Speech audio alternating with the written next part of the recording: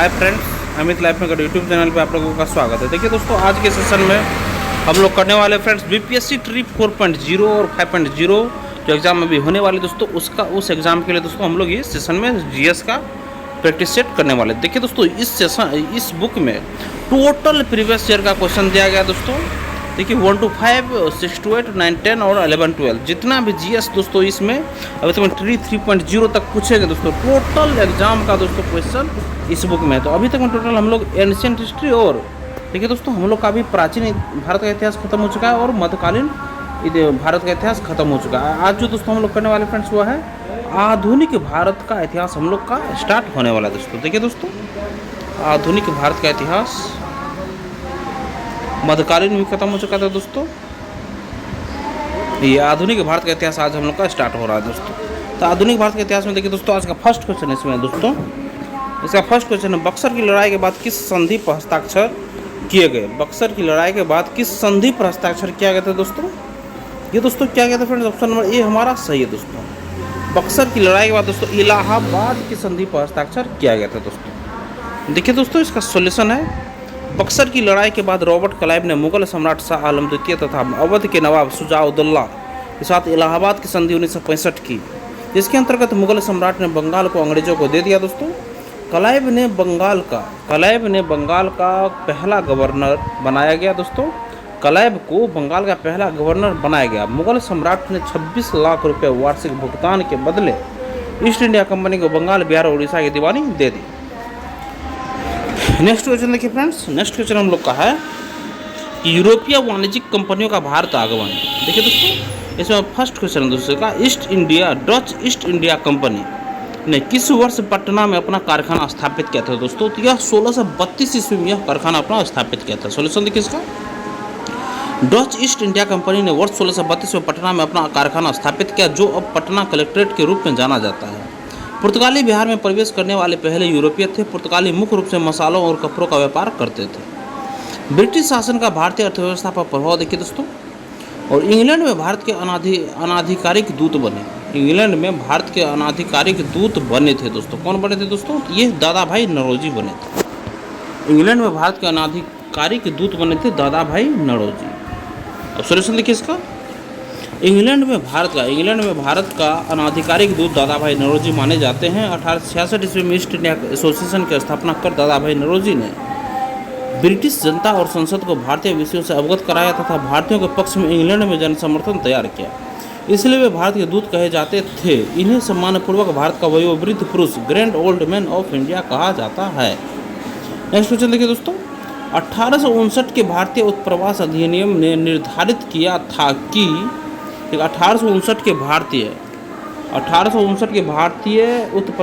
उत्प्रवास अधिनियम ने निर्धारित किया था कि देखिए दोस्तों, इसका ऑप्शन हो जाएगा हमारा ऑप्शन नंबर ए सही होगा दोस्तों कि बगान श्रमिकों को दोस्तों बिना अनुमति के चाय बगान छोड़ने की अनुमति नहीं थी दोस्तों। बगान श्रमिकों को बिना अनुमति के चाय बगान छोड़ने की अनुमति नहीं थी दोस्तों। इसका सॉल्यूशन देखिए, ब्रिटिश औपनिवेशिक सरकार ने 19वीं शताब्दी के दौरान भारत में श्रमिकों के आंदोलन को नियंत्रित करने के लिए वर्ष 1859 का अंतर्देशीय अधिनियम पारित किया। इसके तहत चाय बगानों के श्रमिकों को अपने अधिकारियों की अनुमति के बिना बगान छोड़ने पर रोक लगा दी गई, जबकि श्रमिकों को जंगल छोड़ने एवं शादी करने के संदर्भ से कोई भी प्रावधान इस अधिनियम में नहीं था दोस्तों।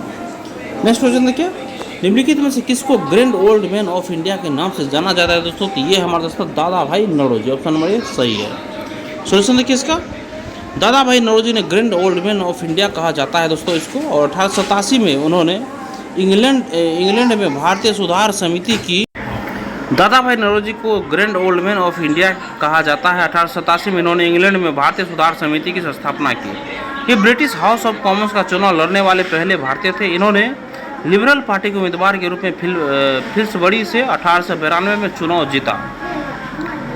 दादा भाई नौरोजी ने धन के निष्कासन सिद्धांत का वर्णन अपनी पुस्तक poverty and un British rule in India में किया है। नेक्स्ट क्वेश्चन देखिए, निम्नलिखित में से ब्रिटिश शासन के दौरान भारतवर्ष के अंतर्गत निर्वनीकरण का कौन सा मुख्य कारण था दोस्तों। निम्नलिखित में से ब्रिटिश शासन के दौरान भारतवर्ष के अंतर्गत निर्वनीकरण का कौन सा मुख्य कारण था। तो ऑप्शन नंबर डी देखिए, उपयुक्त में से एक से अधिक इसका आंसर होगा। ऑप्शन नंबर डी देखिए, रेलवे के मार्गों पर तख्तों स्लीपर की मांग को पूरा करना तथा शाही नौसेना के लिए इमारती लकड़ी की आपूर्ति करना, नियोजित वनों की मांग को पूरा करना तथा चाय एवं कॉफी वृक्षारोपण करना, विस्तारित खेती की मांग को पूरा करने के लिए भूमि को उन्नत करना। सोल्यूशन देखिए, ब्रिटिश शासन के दौरान भारत में निर्वनीकरण का मुख्य कारण विस्तारित खेती की मांग को पूरा करने के लिए भूमि को उन्नत करना था।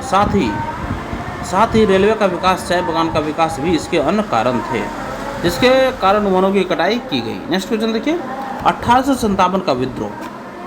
1857 के विद्रोह के मध्य नाना साहेब ने अपने आप को मुगल सम्राट का क्या घोषित किया था? 1857 के विद्रोह के मध्य नाना साहेब ने अपने आप को मुगल सम्राट का क्या घोषित किया था दोस्तों? तो देखिए दोस्तों, इसके अपने आप को यह क्या बोलते हैं, ऑप्शन नंबर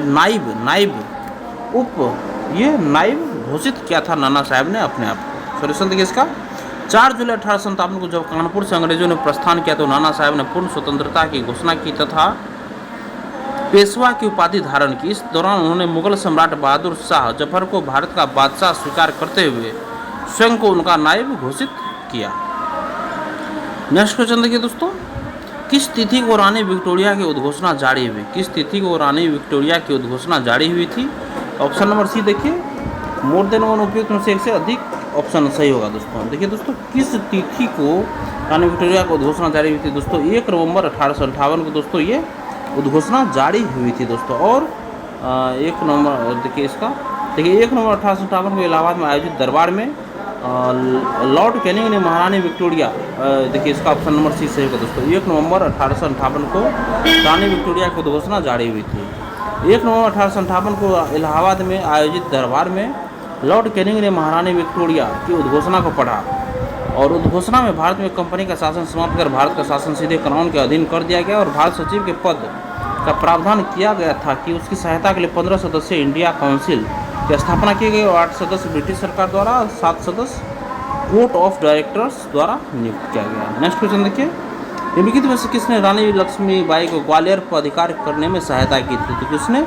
तो अफगान ने दोस्तों ये रानी लक्ष्मीबाई को ग्वालियर पर अधिकार करने में सहायता की। सोल्यूशन देखिए इसका, रानी लक्ष्मीबाई को ग्वालियर पर अधिकार करने में अफगानों ने सहायता की थी और 1857 की क्रांति में महारानी लक्ष्मीबाई ने फिरंगी से लोहा लेने के लिए बांदा नवाब अली बहादुर द्वितीय को, जिन्हें वे अपना भाई मानती थी, को पत्र के साथ राखी भेजकर उससे लाज रखने को कहा था। बांदा नवाब और 10,000 सैनिकों के साथ झांसी लड़ने पहुंच गए थे।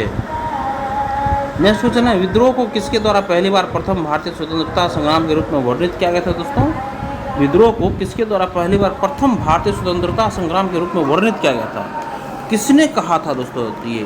तो देखिए दोस्तों, यह शायद वी.डी. सावरकर जी ने कहा था। ठीक है, ऑप्शन सही दोस्तों, वी.डी. सावरकर के द्वारा पहली बार स्वतंत्रता संग्राम कहा था दोस्तों, इस प्रथम भारतीय स्वतंत्रता संग्राम। देखिए दोस्तों, 1857 के विद्रोह को वी.डी. सावरकर द्वारा पहली बार प्रथम भारतीय स्वतंत्रता संग्राम के रूप में वर्णित किया गया था। उन्होंने अपनी पुस्तक the Indian war of independence 1857 में लिखा है कि 1857 का भारतीय विद्रोह ब्रिटिश औपनिवेशिक नियंत्रण के लिए व्यापक प्रतिरोध की पहली अभिव्यक्ति थी। नेक्स्ट क्वेश्चन देखिए, 1857 के विद्रोह की विफलता के निम्नलिखित में से कौन से कारण थे? तो ऑप्शन नंबर सी देखिए, उपयुक्त में से सभी ऑप्शन सही होगा। पहला, अंग्रेजों की सैन्य श्रेष्ठता। सेकंड, विद्रोहियों के पास कोई एकीकृत कार्यक्रम एवं विचारधारा नहीं थी दोस्तों। थर्ड है, समाज के सभी वर्गों के समर्थन का अभाव था। यही ऑप्शन तीनों सही है।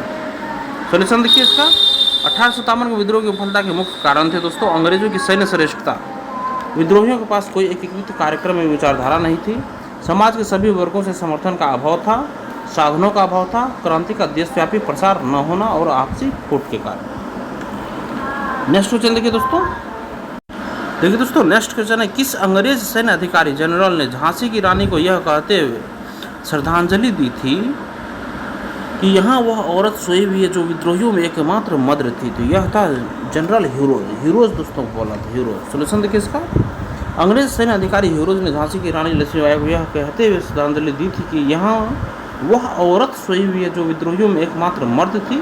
और ज्ञात हुई कि 17 जून 1858 को ग्वालियर के पास कोटा की सराय में अंग्रेजों से लड़ते हुए रानी लक्ष्मीबाई की मृत्यु हुई थी। नेक्स्ट क्वेश्चन देखिए दोस्तों, अन्य जन आंदोलन के बारे में देखिए। 1757 से 1857 तक और अन्य जन आंदोलन से जो क्वेश्चन पूछेंगे दोस्तों, उससे देखिए क्वेश्चन।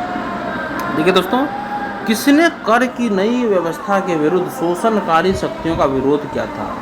किसने कर की नई व्यवस्था के विरुद्ध शोषणकारी शक्तियों का विरोध किया था? तो किसने किया था? ये क्या था दोस्तों? ऑप्शन नंबर बी हमारा सही है कि क्या बोलते हैं 1855 से 56 में बिहार के संथालियों ने दोस्तों 1855-56 में बिहार के संथालियों ने दोस्तों नई कर व्यवस्था के विरुद्ध शोषणकारी शक्तियों का विरोध किया था। नेक्स्ट क्वेश्चन देखिए, सॉल्यूशन पहले इसका देखिए। 1855-56 में बिहार के संथाल आदिवासियों ने ब्रिटिश सरकार द्वारा लागू की गई नई कर नीति के विरुद्ध सशस्त्र विद्रोह किया। इसे संथाल विद्रोह या संथाल हुल कहा जाता है। इस विद्रोह का नेतृत्व सिद्धू, कानू, भैरव और चांद नामक 4 भाइयों ने किया, जिसमें सिद्धू और कानू प्रमुख नेतृत्व करता थे। यह विद्रोह लगभग 1 वर्ष तक चला। नेक्स्ट क्वेश्चन देखिए, किसके नेतृत्व में संथाल विद्रोह 1855-56 हुआ था? किसके नेतृत्व में संथाल विद्रोह 1855-56 ईस्वी में हुआ था? किसके नेतृत्व में हुआ था दोस्तों? तो देखिए दोस्तों, राजकुमार शुक्ल के विरुद्ध में सेना शाहजहां सोती है। सभी ऑप्शन दोस्तों ये गलत है दोस्तों। उपयुक्त प्रश्न में देखिए दोस्तों, उपयुक्त में से कोई नहीं इसका आंसर दोस्तों। और देखिए दोस्तों, याद रखिएगा आप लोग, संथाल विद्रोह जो हुआ था ये सिद्धू, कानू के नेतृत्व में हुआ था। देखिए दोस्तों, ये क्वेश्चन जो है दोस्तों, संथाल विद्रोह 1855-56 में जो हुआ था ये ऊपर का है। ये संथाल विद्रोह जो है ये दोस्तों सिद्धू, कानू, चांद, भैरव के नेतृत्व में हुआ था दोस्तों। प्रमुख नेतृत्वकर्ता सिद्धू और कानू थे दोस्तों इसमें, जो कि इसमें 14 नंबर में ऑप्शन नहीं दिया गया। नेक्स्ट क्वेश्चन देखिए, बंकिम चंद्र चटर्जी का उपन्यास आनंद मठ में किस विद्रोह का उल्लेख है दोस्तों? तो ऑप्शन नंबर ये देखिए, सन्यासी विद्रोह का उल्लेख है दोस्तों। बंकिम चंद्र चटर्जी का उपन्यास आनंद मठ में किस विद्रोह का उल्लेख है? सन्यासी विद्रोह का इसमें उल्लेख है दोस्तों। सॉल्यूशन देखिए, बंकिम चंद्र चटर्जी के उपन्यास आनंद मठ में सन्यासी विद्रोह का उल्लेख है। यह बांग्ला भाषा का एक उपन्यास है। इसका प्रकाशन 1882 में हुआ था। नेक्स्ट क्वेश्चन देखिए, बंकिम चंद्र चट्टोपाध्याय के आनंद मठ में किस विद्रोह का उल्लेख है दोस्तों? तो ऑप्शन नंबर ये देखिए, सन्यासी विद्रोह का उल्लेख है। नेक्स्ट क्वेश्चन है फ्रेंड्स, देखिए दोस्तों, यही क्वेश्चन आपको 2.0 में पूछा गया था और सेम क्वेश्चन यह पेपर 4 में पूछा गया दोस्तों। पेपर 4 कौन सा है दोस्तों? आप लोग को पता होना चाहिए। पेपर 4 हमारा 11 पीजीटी का है दोस्तों, पीजीटी। और पेपर 3 ये टीजीटी का है सिलेबस। नेक्स्ट देखिए, बंकिम चंद्र चटर्जी के उपन्यास आनंद मठ प्रकाशित किया गया था। कब किया गया था दोस्तों? ये किया गया था 1882 ईस्वी में किया गया था, 1882 ईस्वी में। नेक्स्ट क्वेश्चन है, निम्नलिखित में से कौन सी घटना सबसे पहले हुई थी? कौन सी घटना सबसे पहले हुई थी इसमें? बिरसा मुंडा का विद्रोह, ताना भगत आंदोलन और संथाल विद्रोह में से कौन हुआ था सबसे पहले? तो संथाल विद्रोह 1855-56 ईस्वी में हुआ था। देखिए, उपयुक्त विकल्प में सबसे पहले घटने वाली घटना जो थी दोस्तों वो संथाल विद्रोह 30 जून 1855 था दोस्तों। ये संथाल विद्रोह के नेता सिद्धू और कान्हू थे। और बिरसा मुंडा का विद्रोह, देखिए संथाल विद्रोह के नेता सिद्धू और कान्हू थे। सिद्धू, कान्हू ये संथाल विद्रोह के नेता थे। और बिरसा मुंडा का विद्रोह 1895 से 1900 में हुआ था। बिरसा मुंडा का विद्रोह 1895 से 1900 में हुआ था। और यह विद्रोह झारखंड के छोटा नागपुर के क्षेत्र में हुआ था। इसे मुंडा उलगुलान विद्रोह भी कहा जाता है। ताना भगत आंदोलन 1914 से 20 ईस्वी में झारखंड के छोटा नागपुर में हुआ था। इसके नेता जतरा ओड़ाव थे। इसके नेता कौन थे दोस्तों? तो जताड़ा ओड़ाव थे दोस्तों, याद रखिएगा दोस्तों। और ताना भगत आंदोलन जो है दोस्तों ये 1914 से 1920 ईस्वी में हुआ था और झारखंड के छोटा नागपुर क्षेत्र में हुआ था। और इसके नेता जतरा ओड़ाव थे दोस्तों, याद रखिएगा ताना भगत आंदोलन का। नेक्स्ट क्वेश्चन है, ताना भगत आंदोलन संबंधित है दोस्तों। देखिए दोस्तों, सेम क्वेश्चन पूछ दिया ना। 2.0 का दोस्तों पेपर 3 में पूछा था और यही पेपर 3 में 2.0 में ही पूछा था दोस्तों। 8 तारीख का एक क्वेश्चन, सेम क्वेश्चन दोस्तों। ताना भगत आंदोलन संबंधित है किस चीज़ से? ये आदिवासी आंदोलन से संबंधित था दोस्तों, ये आप लोग याद रखिएगा। सॉल्यूशन देखिए, ताना भगत आंदोलन आदिवासी आंदोलन से संबंधित है। यह आंदोलन अप्रैल 1914 से 1919 तक चला। यह बिहार वर्तमान झारखंड राज्य के छोटा नागपुर पठार में जतरा भगत और तुसिया भगत द्वारा किया गया था। इसे उड़ाव ताना भगत आंदोलन के नाम से जाना जाता है दोस्तों। और ये नेता, इसके नेता कौन थे दोस्तों? तो ये जतरा भगत और तुसिया भगत ये नेता थे दोस्तों। नेक्स्ट क्वेश्चन देखिए दोस्तों, निम्नलिखित में से कौन सा विद्रोह आंदोलन लंबी दाढ़ी रखने पर कर लगाए जाने के कारण हुआ था? तो वह था दोस्तों वहाबी आंदोलन दोस्तों। यह देखिए, वहाबी आंदोलन जो है दोस्तों यह लंबी दाढ़ी रखने पर कर लगाए जाने के कारण हुआ था दोस्तों, वहाबी आंदोलन। सॉल्यूशन देखिए, वहाबी आंदोलन विद्रोह लंबी दाढ़ी रखने पर कर लगाए जाने के कारण हुआ था। यह आंदोलन वर्ष 1831 में हुआ था। इससे संबंधित नेता सैयद अहमद। नेक्स्ट क्वेश्चन देखिए फ्रेंड्स, भारत में शिक्षा का विकास है। किस नंबर क्वेश्चन हम लोग का, भारत में शिक्षा का विकास। 1817 में कलकत्ता में हिंदू कॉलेज की स्थापना किसने की थी? तो किसने की थी 1817 में कलकत्ता में हिंदू कॉलेज की स्थापना किसने की थी? तो ये की थी दोस्तों ऑप्शन नंबर 20 का हमारा सही होगा डेविड हेयर। डेविड हेयर ने दोस्तों 1817 में कलकत्ता में हिंदू कॉलेज की स्थापना दोस्तों किसने की थी? तो डेविड हेयर ने की थी। सोल्यूशन देखिए इसका, 1817 में कलकत्ता में हिंदू कॉलेज की स्थापना राम मोहन राय एवं डेविड हेयर ने की थी। हिंदू कॉलेज वर्तमान में प्रेसिडेंसी विश्वविद्यालय के रूप में जाना जाता है। हिंदू कॉलेज वर्तमान में प्रेसिडेंसी विश्वविद्यालय के रूप में जाना जाता है और इसका स्थापना 1817 ईस्वी में कलकत्ता में राम मोहन राय एवं डेविड हेयर ये दोनों मिलकर किया था दोस्तों 1817 ईस्वी में।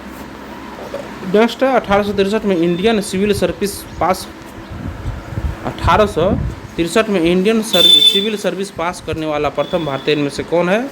ऑप्शन नंबर बी देखिए सत्येंद्र नाथ ठाकुर। सोल्यूशन देखिए इसका, 1863 में इंडियन सिविल सर्विस पास करने वाले प्रथम भारतीय सत्येंद्र नाथ ठाकुर थे। सत्येंद्र नाथ ने 1865 में अहमदाबाद के सहायक मजिस्ट्रेट और कलेक्टर के पद पर काम शुरू किया। वे सिविल सर्विसेज में लगभग 30 सालों तक रहे दोस्तों। नेक्स्ट क्वेश्चन है, तो वुड के 1854 के प्रेषण के संबंध में निम्नलिखित कथनों पर विचार कीजिए। तो देखिए दोस्तों इसमें से हमारा ऑप्शन सी सही हो जाएगा दोस्तों। देखिए दोस्तों दोनों ऑप्शन हमारा सही होगा। देखिए इसने उच्च अध्ययन के लिए शिक्षा के माध्यम के रूप में अंग्रेजी की सिफारिश की थी। इसने उच्च अध्ययन के लिए शिक्षा के माध्यम के रूप में अंग्रेजी की सिफारिश की। सेकंड है, इसने महिला शिक्षा और व्यावसायिक प्रशिक्षण पर जोर दिया। इसने महिला शिक्षा और व्यावसायिक प्रशिक्षण पर जोर दिया। नेक्स्ट देखिए फ्रेंड्स, वुड के 1854 के प्रेषण के संबंध में सिफारिशें निम्न थी। देखिए दोस्तों सॉल्यूशन इसका है, वुड के 1854 के प्रेषण के संबंध में सिफारिशें निम्न थी। इसने उच्च अध्ययन के लिए शिक्षा के माध्यम के रूप में अंग्रेजी की सिफारिश की तथा विद्यालय स्तर पर शिक्षा का माध्यम देसी भाषाओं को बनाए जाने का सुझाव दिया और प्रत्येक प्रांत में एक लोक शिक्षा विभाग की स्थापना और इसने महिला शिक्षा और व्यावसायिक शिक्षा की आवश्यकता पर बल दिया तथा तकनीकी विद्यालयों एवं अध्यापक प्रशिक्षण संस्थाओं की स्थापना की सिफारिशें की। नेक्स्ट क्वेश्चन है, भारतीय समाचार पत्रों का इतिहास एवं पुस्तकें। देखिए दोस्तों सबसे पहले देखिए इनमें से कौन वंदे मातरम समाचार पत्र के संपादक थे दोस्तों? तो अरविंद घोष वंदे मातरम समाचार पत्र के संपादक थे, ये आप लोग याद रखिएगा। सोल्यूशन देखिए इसका, वंदे मातरम समाचार पत्र का संपादन श्री अरविंद घोष ने किया था और 6 अगस्त 1906 को इस समाचार पत्र का प्रकाशन प्रारंभ हुआ। 6 अगस्त 1906 को इस समाचार पत्र का प्रकाशन प्रारंभ हुआ और यह अंग्रेजी भाषा में एक साप्ताहिक समाचार पत्र था। इस समाचार पत्र की स्थापना 1905 ईस्वी में विपिन चंद्र पाल ने की थी दोस्तों और इसे द न्यूज़ पेपर एक्ट 1908 के तहत के तहत बंद कर दिया गया था दोस्तों। तो इनमें से वंदे मातरम समाचार पत्र के संपादक कौन थे याद रखिएगा आप लोग, अरविंद घोष।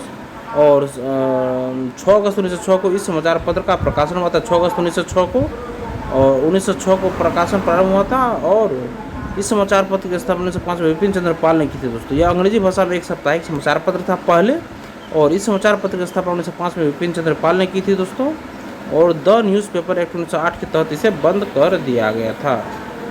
नेक्स्ट क्वेश्चन देखिए दोस्तों कि भारत के स्वतंत्रता आंदोलन के दौरान गहन राष्ट्रवादी विचारों को किस समाचार पत्र के द्वारा प्रचारित किया गया जाता था दोस्तों? तो भारत के स्वतंत्रता आंदोलन के दौरान गहन राष्ट्रवादी विचारों को किस समाचार पत्र के द्वारा प्रचारित किया जाता था दोस्तों? या दोस्तों अमृत बाजार पत्रिका के द्वारा दोस्तों, अमृत बाजार पत्रिका के द्वारा। सोल्यूशन देखिए दोस्तों इसका, भारत के स्वतंत्रता आंदोलन के दौरान गहन राष्ट्रवादी विचारों का प्रसार अमृत भारत पत्रिका के माध्यम से किया जाता था और इसकी स्थापना शिशिर कुमार घोष तथा मोतीलाल घोष के द्वारा की गई थी। यह एक बांग्ला साप्ताहिक पत्रिका थी। 1878 ईस्वी के वर्नाक्युलर प्रेस एक्ट का मुख्य लक्ष्य अमृत बाजार पत्रिका ही थी दोस्तों। देखिए यह एक बांग्ला साहित्यिक साप्ताहिक थी, बांग्ला साप्ताहिक पत्रिका थी और 1878 के वर्नाक्युलर प्रेस एक्ट का मुख्य लक्ष्य अमृत बाजार पत्रिका ही थी दोस्तों। नेक्स्ट क्वेश्चन है, द व्हील ऑफ हिस्ट्री इतिहास के पहिए नामक पुस्तक किसके द्वारा रचित है दोस्तों? तो ऑप्शन नंबर बी देखिए, राम मनोहर लोहिया के द्वारा यह रचित है। सोल्यूशन इसका, सॉल्यूशन देखिए दोस्तों, पुस्तक का नाम और लेखक, the wheels of history. The wheels of history यह दोस्तों राम मनोहर लोहिया के द्वारा लिखित है। गीता रहस्य लोकमान्य बाल गंगाधर तिलक के द्वारा, और प्रिजन डायरी 1975 जयप्रकाश नारायण के द्वारा यह पुस्तक लिखी गई है। नेक्स्ट क्वेश्चन देखिए, अबुल कलाम आज़ाद के द्वारा किस पत्रिका को संपादित किया गया था? अबुल कलाम आज़ाद के द्वारा किस पत्रिका को संपादित किया गया था दोस्तों? तो ऑप्शन नंबर सी देखिए, अल हिलाल पुस्तक का संपादन किया गया था दोस्तों। अबुल कलाम आज़ाद के द्वारा किस पत्रिका का संपादित किया गया था दोस्तों? तो अल हिलाल का दोस्तों। सॉल्यूशन देखिए इसका दोस्तों, अल हिलाल ये अबुल कलाम आज़ाद के द्वारा, कॉमरेड मोहम्मद अली जौहर के द्वारा, और जमींदार मौलाना जफर अली खान के द्वारा, और बंगाल गजटिए गंगाधर भट्टाचार्य के द्वारा निकाला गया था। नेक्स्ट क्वेश्चन देखिए, राष्ट्रवादियों के दैनिक समाचार पत्र दी इंडियन नेशन का प्रकाशन कब प्रारंभ हुआ था? दोस्तों इसका ऑप्शन नंबर हमारा बी सही हो जाएगा दोस्तों, 1931 में यह प्रारंभ हुआ था दोस्तों। सॉल्यूशन देखिए इसका, राष्ट्रवादी दैनिक समाचार पत्र दी इंडियन नेशन का प्रकाशन वर्ष 1931 में प्रारंभ हुआ था, और इसका प्रकाशन पटना से किया जाता था दोस्तों। नेक्स्ट, बंगाल व बिहार के नील कृषकों की दशा का वर्णन करते हुए नील दर्पण नाटक किसके द्वारा लिखा गया था दोस्तों? तो यह दीनबंधु मित्र के द्वारा लिखा गया था। सॉल्यूशन देखिए इसका, नील दर्पण दीनबंधु मित्र की रचना है। प्रख्यात बांग्ला नाटककार दीनबंधु मित्र द्वारा रचित नील दर्पण वर्ष 1860 में प्रकाशित हुई थी। इसमें नील आंदोलन का विस्तृत वर्णन मिलता है। नेक्स्ट है, इंडिया डिवाइडेड पुस्तक किसने लिखी थी दोस्तों? तो यह राजेंद्र प्रसाद के द्वारा लिखी गई थी। सॉल्यूशन देखिए इसका, इंडिया डिवाइडेड भारत के प्रथम राष्ट्रपति डॉक्टर राजेंद्र प्रसाद के द्वारा लिखी गई है, जबकि द डिस्कवरी ऑफ इंडिया पुस्तक पंडित जवाहरलाल नेहरू ने लिखी है। नेक्स्ट क्वेश्चन देखिए, इंडिया डिवाइडेड नामक पुस्तक ये डॉक्टर राजेंद्र प्रसाद के द्वारा लिखी गई है, जबकि द डिस्कवरी ऑफ इंडिया ये पुस्तक जवाहरलाल नेहरू के द्वारा लिखी गई। नेक्स्ट क्वेश्चन है, यंग इंडिया पत्रिका का संपादन किसने किया था दोस्तों? तो option number B Mahatma Gandhi सही होगा। यंग इंडिया पत्रिका का संपादन दोस्तों किया था महात्मा गांधी ने। नेक्स्ट क्वेश्चन देखिए, सॉल्यूशन इसका है, यंग इंडिया पत्रिका का संपादन महात्मा गांधी ने किया था। साप्ताहिक पत्रिका यंग इंडिया का प्रयोग महात्मा गांधी द्वारा अपनी विचारधारा, सत्याग्रह और हिंसा के प्रचार के लिए किया गया था। नेक्स्ट क्वेश्चन है फ्रेंड्स, हुंकार हिंदी साप्ताहिक पत्रिका के प्रकाशन से कौन संबंधित थे? तो ऑप्शन नंबर डी देखिए, उपयुक्त में से एक से अधिक इसका आंसर होगा दोस्तों। हुंकार हिंदी साप्ताहिक पत्रिका के प्रकाशन से कौन संबंधित थे दोस्तों? तो एक से अधिक। वर्ष 1940 में हुंकार नामक साप्ताहिक पत्रिका के प्रकाशन से यमुना कारजी ये भी होगा, और राहुल संकृत्यायन और स्वामी सहजानंद सरस्वती संबंधित थे दोस्तों। और राहुल संकृत्यायन इसके संपादक थे, स्वामी सहजानंद सरस्वती इस पत्रिका के प्रमुख प्रकाशक थे। नेक्स्ट क्वेश्चन देखिए, Pakistan of the partition of India किसने लिखा था दोस्तों? यह लिखा था दोस्तों डॉक्टर भीमराव रामजी अम्बेडकर ने। Pakistan of the partition of India किसने लिखा था दोस्तों? तो डॉक्टर भीमराव रामजी अम्बेडकर ने लिखा था दोस्तों। सॉल्यूशन देखिए इसका, Pakistan of the partition of India पुस्तक के लेखक डॉक्टर भीमराव अम्बेडकर हैं। B.R. अम्बेडकर द्वारा लिखित पुस्तक 1947 में भारत के विभाजन से पहले की घटनाओं का एक व्यावहारिक विश्लेषण प्रस्तुत करती है दोस्तों।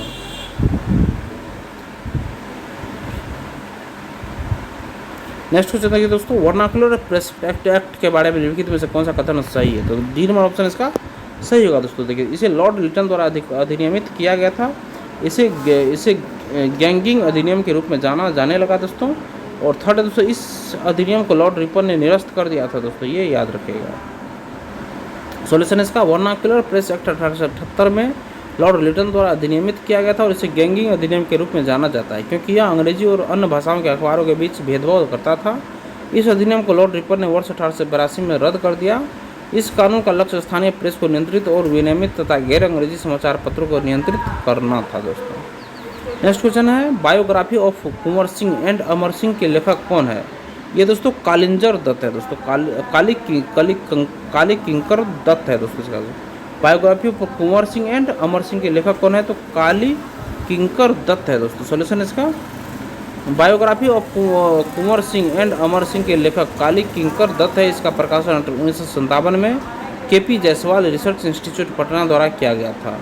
कुंवर सिंह जगदीशपुर के परमार राजपूतों के परिवार से थे, जो वर्तमान में बिहार के भोजपुर जिले का एक हिस्सा है। वीर कुंवर सिंह तथा उनके भाई अमर सिंह ने वर्ष 1875 के दौरान के विद्रोह का नेतृत्व किया था दोस्तों। नेक्स्ट क्वेश्चन देखिए, इनमें से कौन न्यू इंडिया समाचार पत्र से संबंधित थे? ये एनी बेसेंट न्यू इंडिया समाचार पत्र से संबंधित थे, एनी बेसेंट। सॉल्यूशन देखिए इसका, न्यू इंडिया समाचार पत्र एनी बेसेंट द्वारा प्रकाशित दैनिक समाचार पत्र था, जिसकी स्थापना होम रूल लीग एवं भारतीय स्वतंत्रता संग्राम से संबंधित समाचार फैलाने तथा असंबंधित मुद्दों को उजागर करने के लिए किया गया था। ध्यातव्य है कि कॉमनवेल्थ पत्रिका का संपादन तथा वर्ष 1916 में मद्रास में all India home rule league की स्थापना एनी बेसेंट के द्वारा ही की गई थी। नेक्स्ट क्वेश्चन देखिए फ्रेंड्स, पुस्तक दी ब्यूटीफुल ट्री, पुस्तक the beautiful tree independence Indian education in the 18th century किसने लिखी है? तो ऑप्शन नंबर ए हमारा सही होगा, धर्मपाल के द्वारा यह पुस्तक लिखा गया है। सॉल्यूशन देखिए इसका, the beautiful tree independence Indian education in the 18th century पुस्तक को धर्मपाल ने लिखा है। धर्मपाल भारत के एक महान गांधीवादी विचारक, इतिहासकार और राजनीतिक दार्शनिक थे। धर्मपाल का जन्म वर्ष 1922 में उत्तर प्रदेश के मुजफ्फरपुर जिले के कांधला में हुआ था। नेक्स्ट क्वेश्चन देखिए, मोंटेस्क्यू ने सरकार के अंतर्गत विधायिका, कार्यपालिका और न्यायपालिका के मध्य शक्तियों का विभाजन निम्नलिखित में से अपनी किस पुस्तक में प्रस्तावित किया था? किस पुस्तक में प्रस्तावित किया था दोस्तों? तो ऑप्शन नंबर ए देखिए, the spirit of the laws में यह प्रस्तावित किया था दोस्तों। मोंटेस्क्यू ने सरकार के अंतर्गत विधायिका, कार्यपालिका और न्यायपालिका के मध्य शक्तियों का विभाजन निम्नलिखित में से अपनी किस पुस्तक में प्रस्तावित किया था? तो the spirit of the laws में किया था। सॉल्यूशन है इसका, फ्रांस के दार्शनिक मोंटेस्क्यू द्वारा लिखित पुस्तक the spirit of the laws राजनीतिक सिद्धांत पर आधारित एक पुस्तक है। यह पुस्तक सरकार के सिद्धांत और संरचना पर एक विस्तृत ग्रंथ है। इस पुस्तक में मोंटेस्क्यू ने सरकार के अंतर्गत विधायिका, कार्यपालिका और न्यायपालिका के मध्य शक्तियों का विभाजन प्रस्तावित किया। उपयुक्त अन्य पुस्तकें भी मोंटेस्क्यू द्वारा लिखित है दोस्तों। और जो पुस्तक दोस्तों ये भी मोंटेस्क्यू के द्वारा लिखी गया है, माई थॉट्स, लेटर्स, पर्सनेज, ये सब उसी के द्वारा लिखा गया। नेक्स्ट क्वेश्चन देखिए, महात्मा Gandhi and Bihar some reminiscences पुस्तक के लेखक कौन थे? डॉक्टर राजेंद्र प्रसाद थे दोस्तों। ऑप्शन नंबर बी सही, राजेंद्र प्रसाद। सॉल्यूशन देखिए इसका, Mahatma Gandhi and British and Bihar some reminiscences पुस्तक भारत के प्रथम राष्ट्रपति डॉक्टर राजेंद्र प्रसाद ने लिखी है। उनके द्वारा लिखी गई कुछ अन्य प्रमुख पुस्तकें हैं, बापू के कदमों में बाबू, इंडिया डिवाइडेड, सत्याग्रह एट चंपारण आदि। नेक्स्ट क्वेश्चन देखिए दोस्तों, निम्नलिखित युग्मों में से कौन सा सही सुमेलित नहीं है? तो देखिए दोस्तों, उपयुक्त में से एक से अधिक सही सुमेलित इसमें बोल रहा नहीं है। सबसे पहले देखिए दोस्तों, यहाँ पे advocate of India, advocate of India के लेखक दुर्गा दास बसु है दोस्तों। देखिए दोस्तों, यहाँ पर दुर्गा दास बसु हो गया। और देखिए दोस्तों, इंडियन स्पेक्टेटर का संपादन BM मालावारी ने किया था दोस्तों। ये BM मालावारी ने किया था दोस्तों ये, और 20 वर्षों तक किया था। और यंग इंडिया का महात्मा गांधी, ये सही है। नेक्स्ट क्वेश्चन देखिए, निम्नलिखित कथनों में से कौन सा सही है? तो सॉल्यूशन देखिए फ्रेंड्स, इसका ऑप्शन नंबर सी सही होगा। सुभाष चंद्र बोस ने द इंडियन स्ट्रगल का लेखन किया है दोस्तों। सुभाष चंद्र बोस ने द इंडियन स्ट्रगल का लेखन किया दोस्तों। ऑप्शन नंबर सी सही है। सॉल्यूशन देखिए इसका, द इंडियन स्ट्रगल के लेखक नेताजी सुभाष चंद्र बोस हैं। इसमें सन 1920 से 1942 तक के इतिहास का उल्लेख किया गया है। A bunch of old letters की रचना जवाहरलाल नेहरू ने की। व्यक्तिगत सत्याग्रह में दूसरे सत्याग्रही जवाहरलाल नेहरू थे, जबकि प्रथम सत्याग्रही विनोबा भावे थे दोस्तों। और याद रखिएगा दोस्तों, द इंडियन स्ट्रगल के लेखक नेताजी सुभाष चंद्र बोस थे, और ये बंच ऑफ ओल्ड लेटर्स की रचना जवाहरलाल नेहरू ने की थी दोस्तों। नेक्स्ट क्वेश्चन है, 19वीं शताब्दी में सामाजिक एवं सांस्कृतिक जागरण। तो देखिए दोस्तों, इसका फर्स्ट क्वेश्चन हम लोग का है दोस्तों, 42 नंबर क्वेश्चन है कि ब्रह्म समाज का प्रभाव मुख्यतः सीमित था। कहाँ तक? तो शहरी शिक्षित वर्ग तक ही ब्रह्म समाज का प्रभाव मुख्यतः सीमित था। सॉल्यूशन है इसका, राजा राम मोहन राय ने वर्ष 1828 में ब्रह्म समाज की स्थापना की, जो सामाजिक सुधार का एक महत्वपूर्ण संगठन था। इसका प्रभाव मुख्यतः शहरी शिक्षित वर्ग तक सीमित था। नेक्स्ट क्वेश्चन है, राष्ट्रवाद को आध्यात्मिक दिशा किसके द्वारा लोकप्रिय बनाया गया? राष्ट्रवाद को आध्यात्मिक दिशा के द्वारा लोकप्रिय किसके द्वारा बनाया गया था दोस्तों? देखिए, स्वामी श्रद्धानंद, राजा राम मोहन राय, स्वामी विवेकानंद, किसके द्वारा बनाया गया था फ्रेंड्स?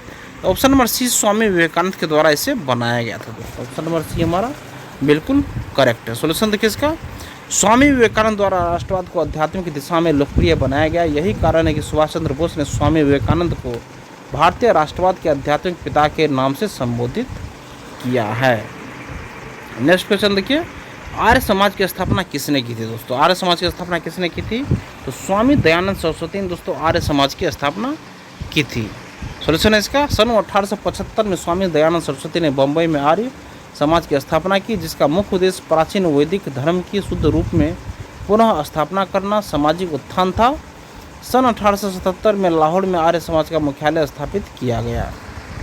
नेक्स्ट क्वेश्चन देखिए दोस्तों, भारत में सेल्फ रिस्पेक्ट मूवमेंट किसने प्रारंभ किया था? भारत में सेल्फ रिस्पेक्ट मूवमेंट किसने प्रारंभ किया था? तो ऑप्शन नंबर इसमें दोस्तों ई सही होगा। उपयुक्त में से कोई नहीं दोस्तों, ज्योतिबा फुले नहीं, नारायण स्वामी भी नहीं और बी आर अम्बेडकर भी नहीं। देखिए दोस्तों, सन 1925 में इंजीनियर ईवी रामास्वामी नायकर द्वारा तमिलनाडु में आत्मसम्मान आंदोलन सेल्फ रिस्पेक्ट मूवमेंट की शुरुआत की गई और इस आंदोलन का उद्देश्य ब्राह्मणवादी आधिपत्य को तोड़ने, समाज में पिछड़े वर्गों व महिलाओं के समान अधिकार के लिए आवाज़ उठाना था। और सन 1873 में ज्योतिबा फुले ने सत्यशोधक समाज की स्थापना की थी दोस्तों। 1873 में ज्योतिबा फुले 1873 में याद रखिएगा, ज्योतिबा फुले ने सत्यशोधक समाज की स्थापना की थी। नेक्स्ट क्वेश्चन देखिए, इंडिया फॉर इंडियंस प्रसिद्ध नारा किसने दिया था दोस्तों? इंडिया फॉर इंडियंस प्रसिद्ध नारा किसने दिया था? तो स्वामी दयानंद सरस्वती ने दिया था इसे। सोल्यूशन देखिए इसका, इंडिया फॉर इंडियंस का प्रसिद्ध नारा स्वामी दयानंद सरस्वती ने दिया था। और दयानंद सरस्वती ने सन 1875 में मुंबई में आर्य समाज की स्थापना की थी और स्वदेशी व हिंदी का समर्थन करने वाला आर्य समाज प्रथम संगठन था दोस्तों। नेक्स्ट क्वेश्चन देखिए, निम्नलिखित में से कौन सा कथन सही है दोस्तों? तो इसमें से ऑप्शन नंबर डी हमारा उपयुक्त में एक से अधिक ऑप्शन हमारा सही होगा। सोल्यूशन देखिए फ्रेंड्स, राजा राम मोहन राय को भारत में नवजागरण का अग्रदूत माना जाता है। वे नवीन शिक्षा के अग्रदूत रहे हैं। इसके लिए डेविड हेयर के सहयोग से हिंदू कॉलेज 1817 में कलकत्ता एवं वेदांत कॉलेज 1825 में कलकत्ता में की स्थापना की गई थी दोस्तों। स्वामी दयानंद सरस्वती ने आर्य समाज 1875 ईस्वी की स्थापना की। स्वदेशी व हिंदी का समर्थन करने वाला यह प्रथम संगठन था। इसका मानना था कि भारत भारतीयों के लिए है। और स्वामी विवेकानंद ने रामकृष्ण मिशन की स्थापना 1897 में कलकत्ता बाड़ा नगर में की। और इन्होंने 1893 ईस्वी में अमेरिका के शिकागो शहर में आयोजित विश्व धर्म सम्मेलन में भारत का नेतृत्व किया था। और इस सम्मेलन में उन्होंने भौतिकवाद व अध्यात्मवाद के मध्य संतुलन स्थापित करने पर बल दिया था। तो देखिए दोस्तों, इसमें हमारा हो जाएगा राजा राम मोहन राय नवीन शिक्षा के अग्रणी थे।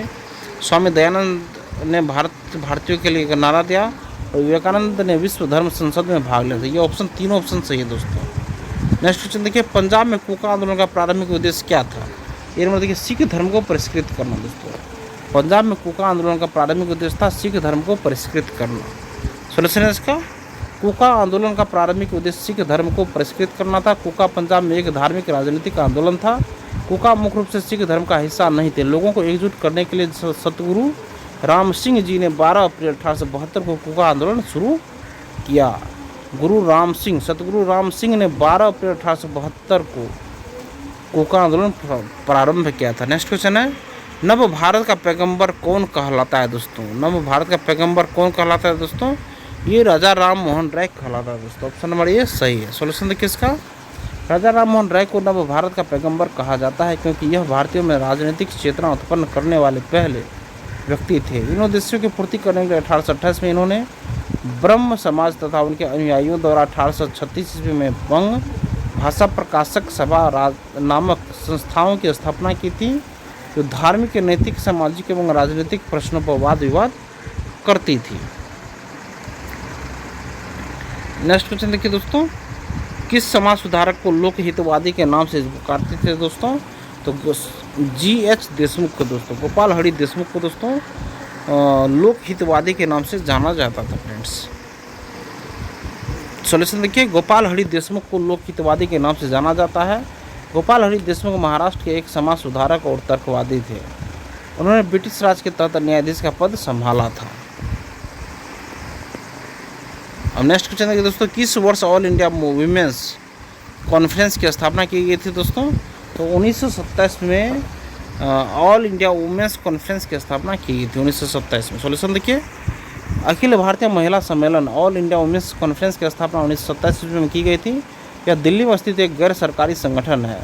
इस सम्मेलन की शुरुआत महिलाओं में शिक्षा को बढ़ावा देने के लिए की गई थी। और इसी के साथ दोस्तों हमारा ये 50 क्वेश्चन आज मॉडर्न हिस्ट्री का कंप्लीट हुआ दोस्तों। कल फिर 50 क्वेश्चन करेंगे दोस्तों। सेशन अगर आप लोगों को पसंद आया दोस्तों तो सेशन को एक लाइक ज़रूर कर दीजिएगा और किसी एक ग्रुप में इस वीडियो को जरूर शेयर कर दीजिएगा। चैनल को सब्सक्राइब कर लीजिए लेटेस्ट इन्फॉर्मेशन या नोटिफिकेशन पाने के लिए बेल आइकन के बटन को आप लोग दोस्तों जरूर दबा लीजिएगा। धन्यवाद दोस्तों, आपका दिन शुभ हो।